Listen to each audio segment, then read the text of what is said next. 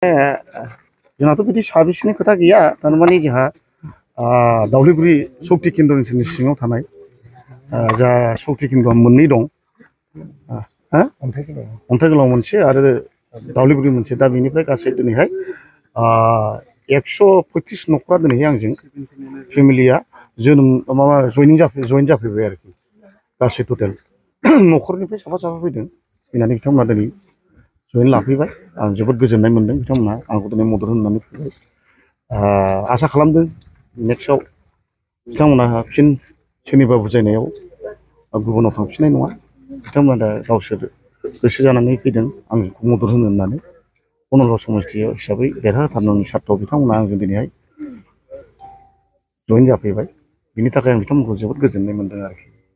खोनानो मोनदों नोंथांनि दोलोआथ' बयबो गेलेगोन बाथ' मोनफ्रोमबो पार्टियानो गेलेगोन दाथ' नों गोदान पार्टिबो ओंखारबाय अल्टारनेटिभ पार्टि बिथांमोनाबो हयथ'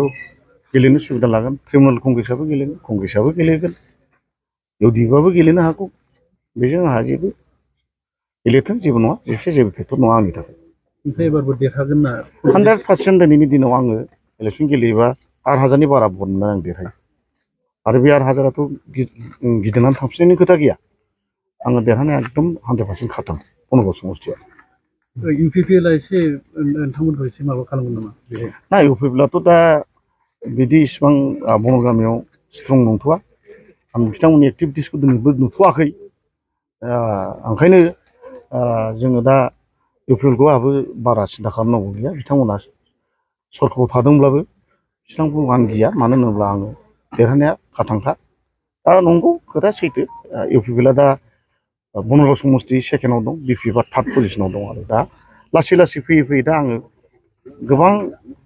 जइन खालामबाय दा आङो सेथि थाखोआव आङो बनरगाव समस्ति हिसाबै दङ आरोखि बिजेपिआ जागायजेननायनिफ्राय नोंथांखौ गोबां दोलोआव नोंथाङा हाबहोगासिनो दङ जयनिंजों नोंथाङा गोबां खामानि जागायजेनगासिनो दं दा बिनि नेक्स्टआव मा जयनिं दङ नामा निश्चय सारा दाबो 2-2,500 जयनिं दं आं लाथ'वाखै आं दिनै दा बेखौ लाग्रोबाय ओमफ्राय लागाथार जालांबाय थागोन लागोन मानो होनब्ला फैबावनांगौ गोबां दं दा नोङो बर'आनो होन गुबुन हारियानो होन दिनैनि दिनाव आंजों बर'आ 40% बा 35% अलरेडि फैखाबाय ओंखायनो आंहा गिनांगौ जेबो जोंनि पार्टियाथ' बयबो थानांगौ नेसनेल पार्टियाव बयबो थाबनांगौसो बर'आनो होन कंग्रेसआनो बिजेपिआनो माने नेसनेल पार्टियाव थानांगौसो जोंनि मानसिया थाब्लादि गेलेबादि देरहागोन बे नङा मोनफ्रोमबो दोलोआव जों थानो रोंनांगोन नङाबा जों मा जायो जों गोदो बिराद खस्थ' मोनबोनाय मानसि अलखर समाव जों माबाफोर बिफद जायोबा पार्टिया आलादा जाबानो बिखायाथ' थैयाथ' नाफामनिनो ना बिथांमोना हयथ' अलखर समाव मारैबाफोर सरकार फैबा बुंथा हायोना नंगौना नङा आरो गेलेफैथों बर'आनो गेलेगोनबाथ' रावबो गेलेनो मोना बनरगाव समस्तियाव जितु बे एसटि सिट हिसाबै बिसोर बर'खौनो होखागोन केन्डिडेटआ थानांगौ नेसनेल पार्टियाबो खिन्थु जेबो खहा जाया बिसोर होब्लाबो गोबां दोलो हाबबाय बेफोरो मेक्सिमाम बबे दोलोनिफ्राय फैनाय आंनावथ' गुबुन दोलोनियानो हाबदों दा कंग्रेसनिबो दं आवगायाव जिएसपि बानायनायफोर दं फुराना बिपिएफफोर दं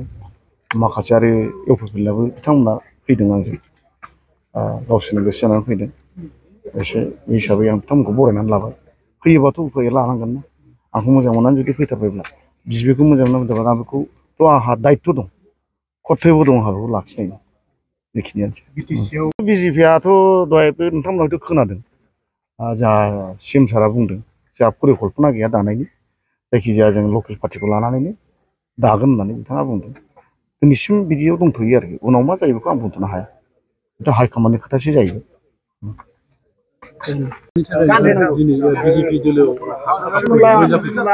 जोङो राजिब सारखौ मोजां मोननानै फैदों आरो राजिब सारखौ देरहाहोगोन आरो राजिब सारा मोजां आवगायनिफ्रायनो मावगासिनो दं ओंखायनो जों फैदों सिगाङाव मा दोलोआव दंमोन जोङो इउपिपिएलआव दंमोन 17 बोसोरसिमाव इउपिपिएलआव दंमोन आरो सरकार दानायनि उनाव जों जेबो जायासै ओंखायनो राजिब सारखौ जों नागिरनानै फैदों मानि थाखाय सिगां सरकारखौ नोंथाङा गाज्रि जेबो जालाबा